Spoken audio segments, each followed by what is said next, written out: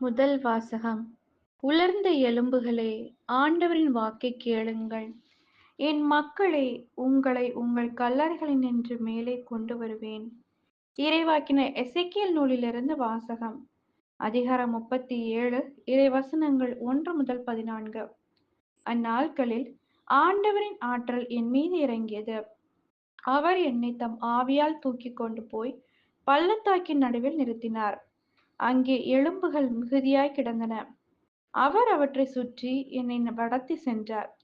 அங்கே பள்ளத்தாக்கின் அடியில் மிகப் பல எலும்புகள் கிடந்தன. அவை மிகவும் உலர்ந்தனவாய் இருந்தன.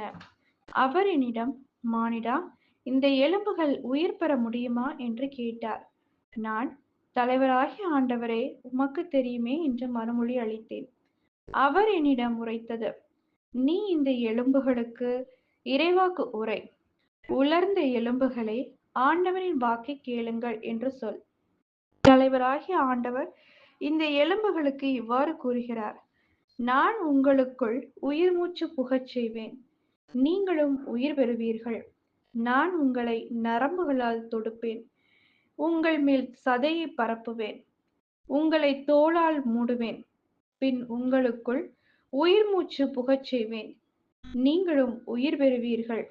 அப்போது நானே ஆண்டவர் என அறிந்து கொள்வீர்கள். எனவே எனக்கு கட்டளையிட்டபடி இறைவாக்கு உரைத்தேன். நான் இறைவாக்கு உரைக்கையில் உராயும் ஓசை கேட்டது. ஒவ்வொரு எலும்பும் தனக்குரிய எலும்புடன் சேர்ந்து கொண்டது. நான் பார்க்கையிலேயே அவற்றில் நரம்புகள் ஏற்பட்டு சதை தோன்றி தோல் அவற்றின் மேல் மூடியது. ஆனால் அவற்றில் உயிர் இன்னும் வரவில்லை. பின்னர் அவர் என்னிடம், மானிடா, இறைவாக்கு உரைத்தது உயிர் மூச்சிடம் சொல். தலைவராகிய ஆண்டவர் கூறுவது இதுவே, 4 காற்றுகளிலிருந்தும் உயிர் மூச்சே வா. நீ வந்து கொலையுண்ட இவர்களுக்குள் புகு. அப்பொழுது இவர்கள் உயிர் பெறுவர். எனவே அவர் எனக்கு கட்டளையிட்டவாறு இறைவாக்கு உரைத்தேன். உடனே அவர்களுக்குள் உயிர் மூச்சு புகுந்தது. அவர்கள் உயிர் பெற்று காலூன்றி மாபெரும் படைத்திரள் போல் நின்றனர். அவர் மேலும் என்னிடம் கூறியது, மானிடா, இந்த எலும்புகள் இஸ்ராயேல் வீட்டார் அனைவரையும் குறிக்கும். அவர்களோ, எங்கள் எலும்புகள் உலர்ந்து போயின, எங்கள் நம்பிக்கை அற்று போய்விட்டது, நாங்கள் துண்டிக்கப்பட்டு விட்டோம் என சொல்கிறார்கள். எனவே இறைவாக்கு உரைத்து அவர்களிடம் சொல். தலைவராகிய ஆண்டவர் கூறுவது இதுவே, என் மக்களே, இதோ நான் உங்கள் கல்லறைகளை திறக்கப் போகிறேன். உங்களை உங்கள் கல்லறைகளினின்று மேலே கொண்டு வருவேன். உங்களுக்கு இஸ்ராயேல் நாட்டை திரும்பக் கொடுப்பேன். அப்போது, என் மக்களே, நான் உங்கள் கல்லறைகளைத் திறந்து உங்களை அவற்றிலிருந்து வெளிக்கொணர்கையில் நானே ஆண்டவர் என்பதை அறிந்து கொள்வீர்கள்.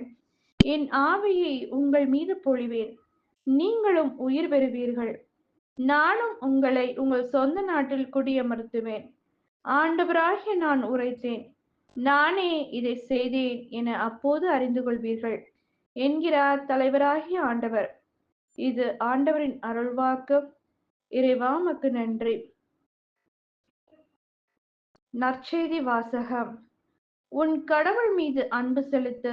உன் மீது நீ அன்பு கூறுவது போல உனக்கு அடுத்திருப்பவர் மீதும் அன்பு கூறுவாயாக. மத்தேயு எழுதிய தூய நற்செய்தியிலிருந்து வாசகம்.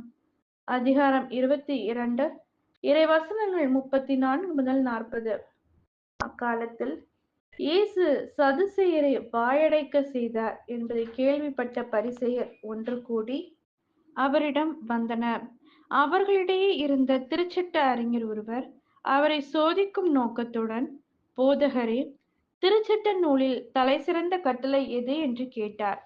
அவர், உன் முழு இதயத்தோடும் முழு உள்ளத்தோடும் முழு மனத்தோடும் உன் ஆண்டவராகிய கடவுளிடம் அன்பு செலுத்து. இதுவே தலை சிறந்த முதன்மையான கட்டளை.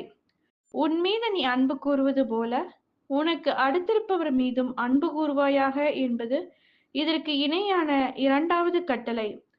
திருச்சட்ட நூல் முழுமைக்கும் இறைவாக்கு நூல்களுக்கும் இவ்விரு கட்டளைகளே அடிப்படையாக அமைகின்றன என்று பதிலளித்தார். இது கிறிஸ்துவின் நற்செய்தி. கிறிஸ்துவே, உமக்கு புகழ்.